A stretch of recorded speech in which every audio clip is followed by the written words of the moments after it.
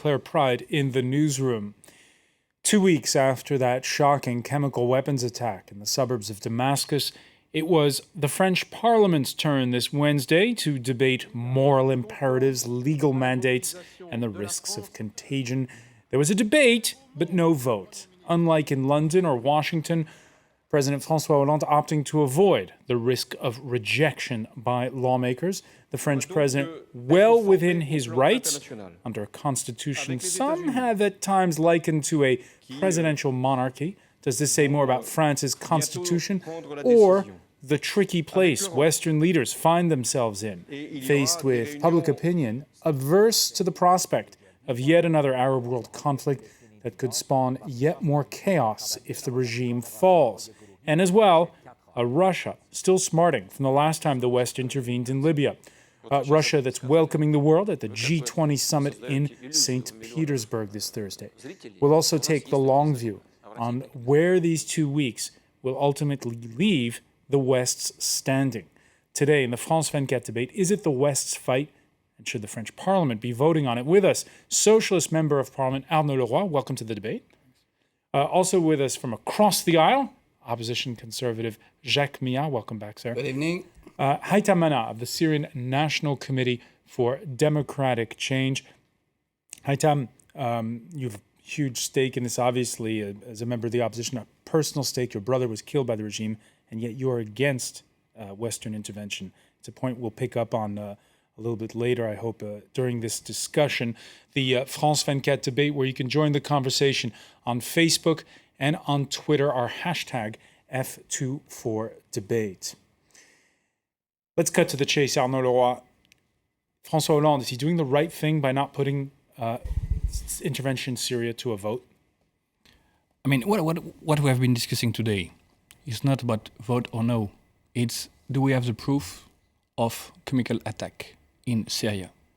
It's the main point to be discussed at the Assembly, in the Senate, and the question put also to the French population today. This is a question we are asked to think, not about the vote of the Parliament. I think it's important topic, but secondary. All right, let me put the question to you otherwise then. Should an eventual French intervention be put to a vote? For a personal opinion, I think so. It has been said, I put it quickly and rapidly in the press, in Mediapart, for example. I think we should have a vote. But I repeat, it's not the question we are asked today. The question is, do we have the proof of the chemical attack in Syria? First. Second, who conducted this attack?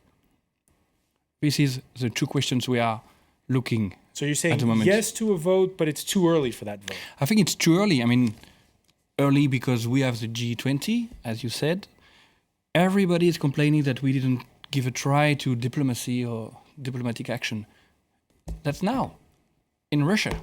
I mean, Putin will be put in front of his responsibility. He said this morning, if we have evidence of chemical attack, we will act, we will move. He decided to stop the delivery of rockets to Syria. So there is first move.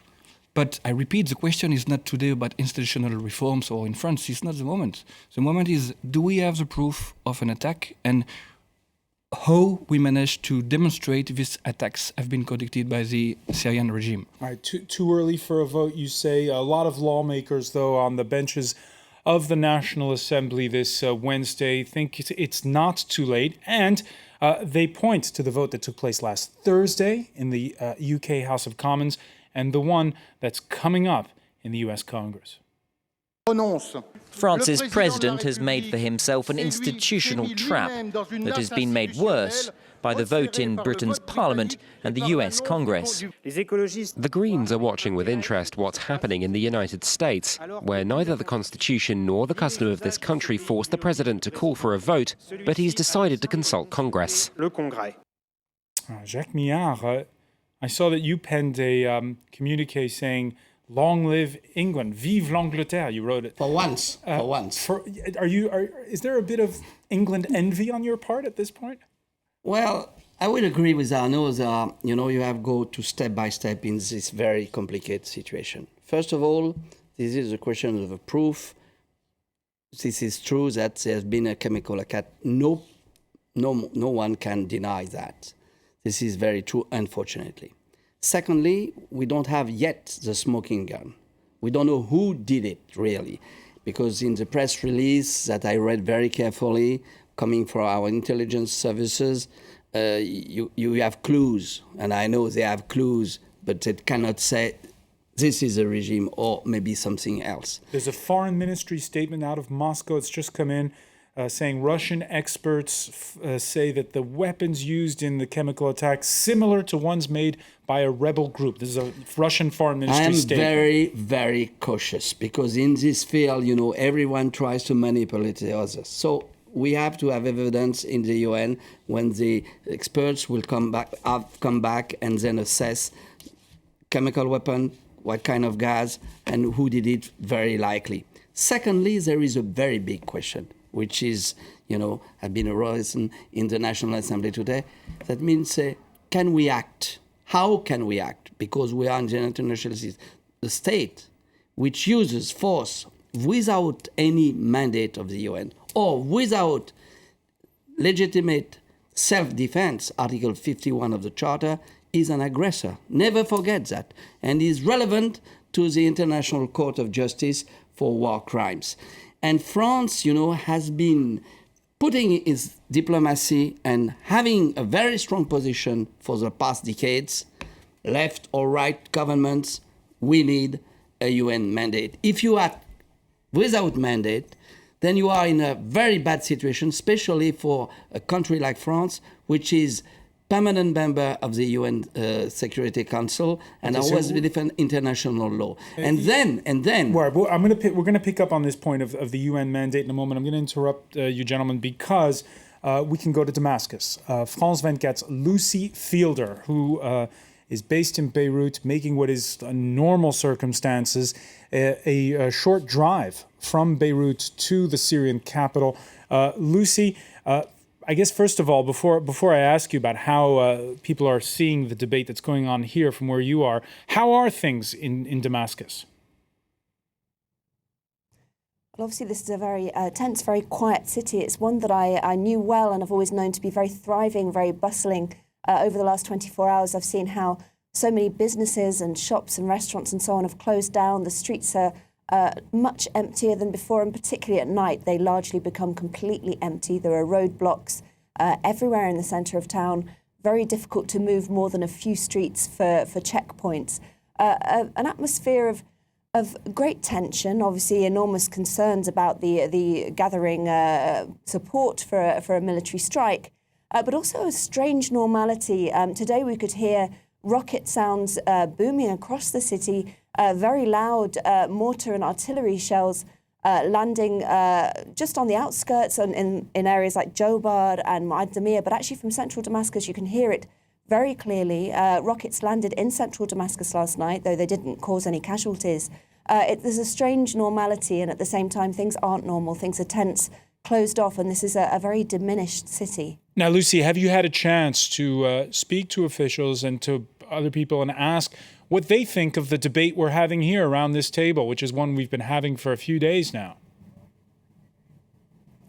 Well, we spoke to the Syrian Speaker of Parliament last night, Jihad Laham, and he'd just addressed a letter to the French Parliament urging it not to support a military strike and saying that if it did, any French people that did support the military strike would have Syrian blood on their hands and history wouldn't forget them. He sought to remind people of the whole Iraq debate. He also sought to remind the French of their own secular traditions and to say that Syria also is a very secular state.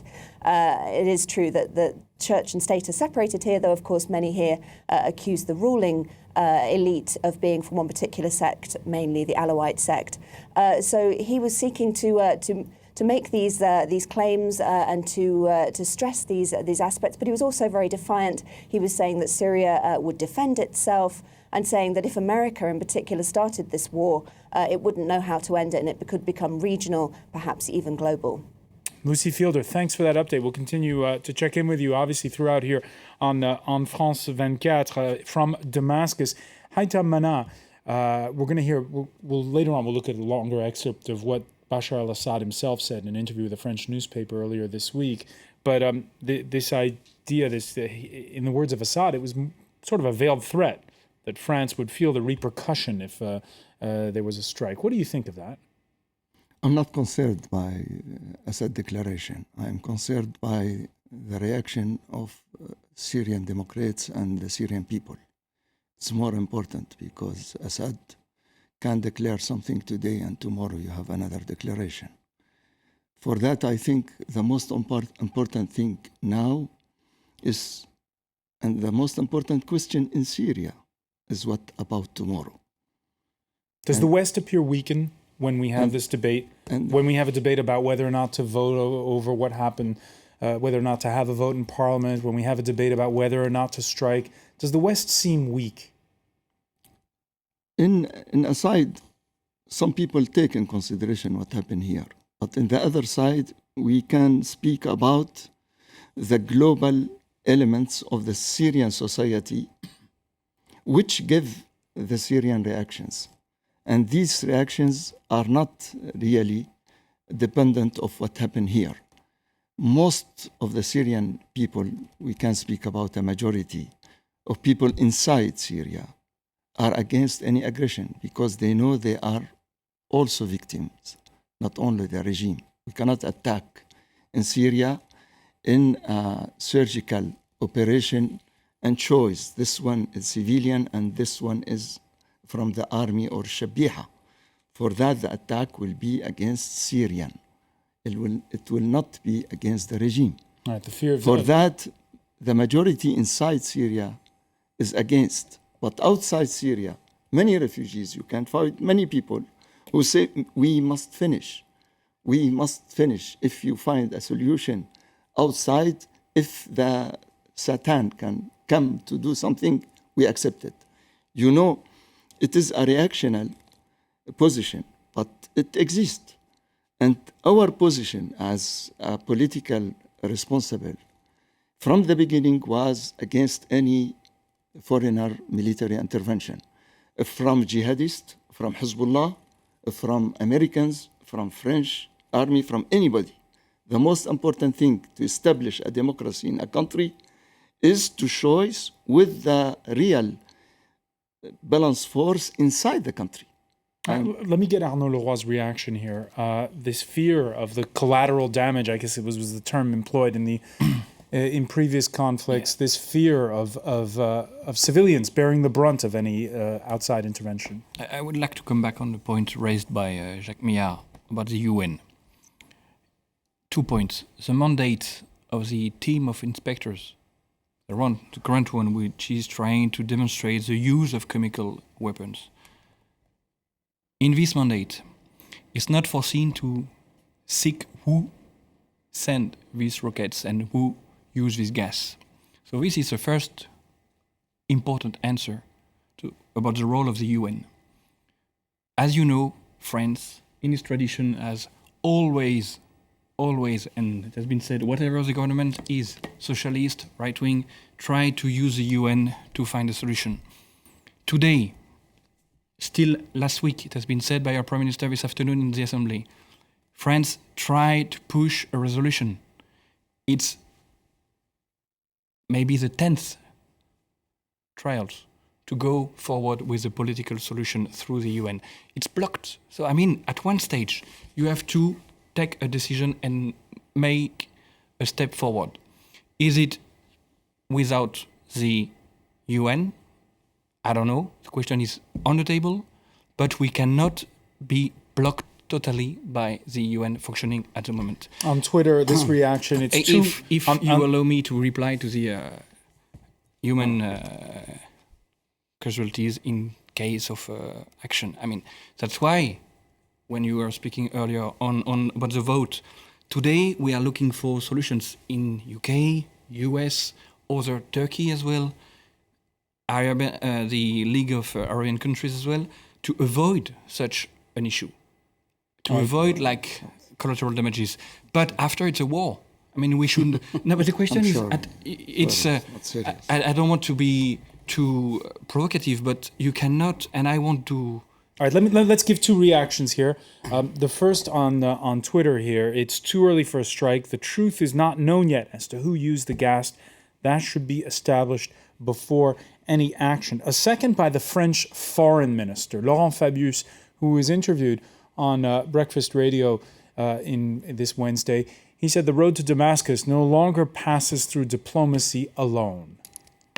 If you want a political solution, we have to find a way of moving things along. If there's no sanction, Bashar al-Assad will say, that's fine, I'll continue what I'm doing. Jacques Millard, do you agree? I think they are playing God. And I will answer my friend. But when the French foreign minister there, he's saying that he's saying that if you keep talking and keep talking keep talking, Bashar al-Assad will be delighted. That means, now we are sure that chemical weapons have been used. And the Russian, because that's the key, they've signed the same convention and they ratify it. That means the 1993 Convention on ban on chemical weapons that the American did not ratify. Please. Yes. Did not ratify. And this convention, I tell you, in a former life, I started the negotiation on this chemical convention, and the Russians were very keen to have a convention. And of course, they try to defend their interests and their views, but they have signed the convention. This is a new fact. And I know that the Iranians are against chemical weapons because they suffer from Saddam with the help of the Americans and the French. So there is a new approach today, a new situation in which the Russian, the Iranian who support Bashar are very, very reluctant to this question of chemical weapons. So this is maybe a chance because this morning, as you said, Putin have decided not to deliver missiles to Bashar because of those facts. So I think we have maybe a chance to make things move on. And otherwise, I'm sorry to say, but this international community, this is a civil war, and it's not a perfect society, this is true, but on which basis are we going, we French or Americans say, I am the law defender, and I will impose you this and that. This is unfortunately a civil war. Right. We can make things worse than it is today. We can make it worse by intervening than of course. Before. Look what happened within Iraq. When we come back, we're going to pick up on this point and hear what the Russian president had to say. Stay with us. You're watching the France 24 debate.